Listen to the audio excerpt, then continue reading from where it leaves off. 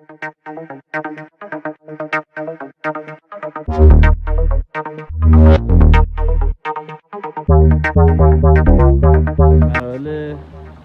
جاروکشی سخت رو می‌خوایم توضیح بدیم. اولین کاری که باید بکنید شما خرطومی که دارید رو باید به دسته جاروتون اتصال بدید و مرحله بعدی که باید انجام بدید و شما باید انجام بدید اینه که هوای داخل لوله خرطومیتون رو خارج کنید که به این صورت لوله رو کلا میندازید روی سطح استخر و لوله رو کم کم فشار بدید داخل آب که از اون انتها هوا کلا خارج بشه.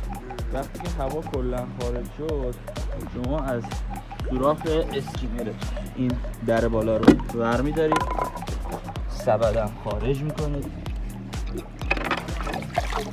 ته اسکیمر یه سوراخ هست، شما از این دریچه لوله رو کلا اینو میدید از این دریچه وارد اسکیمر میکنید و وارد این سوراخ میکنید. این از مرحله دوم.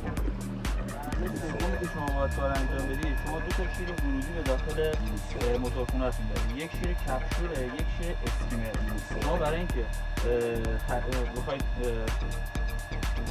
جارو بزنید استخر رو، شیر کپسول رو باید ببندید و شیر اسکیمر باز باشه، خب که آب رو بکشه بیاره داخل فیلتراتون. حالا شما اینجا دو حالت داره، یا میخواید آبی که از اینجا جارو بزنید کلا بره بیرون از استخر که معمولا یک شیر جداگونه تعبیه شده که آب داخل فیلتراسیونتون نره.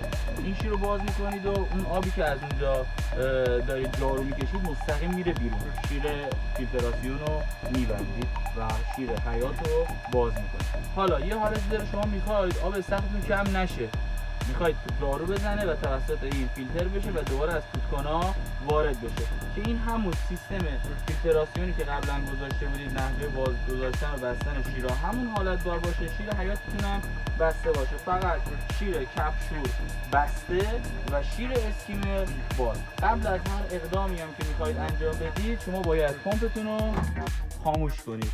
خاموش میکنید، شیرها رو باز و بستش رو انجام میدید. الان شیر اسکیمر ما بازه، شیر کپسولمون رو میبندیم درست و حالا ما میخوایم فیلتر خودش تصفیه کنه و دوباره از فوتکنا آب برگرده داخل استخر. پس شیر حیاتمون بسته، شیر فیلتراسیونمون باز و خود فیلتر دستگاه اینجا بیا نزدیک. فیلتر حالت دستگاه اونم رو خود حالت فیلتراسیون هستش. بعد از باز و بست کردن دقیق شیرها پمپ رو روشن میکنیم و میایم بالا مراحل جارو کردن رو انجام میدیم که توی این حالت که میبینید شیر کپسول بسته است و شیر اسکیمر و بازه و آب رو توسط دسته جارو، حالا اون خاکایی که کف استخر هست و توسط جارو از اسکیمر به داخل فیلتر میفرستیم و تصفیه میشه و از فوتکنا آب به داخل استخر برمیگرده بدون اینکه هیچ حجمی از آب استخرتون کم بشه.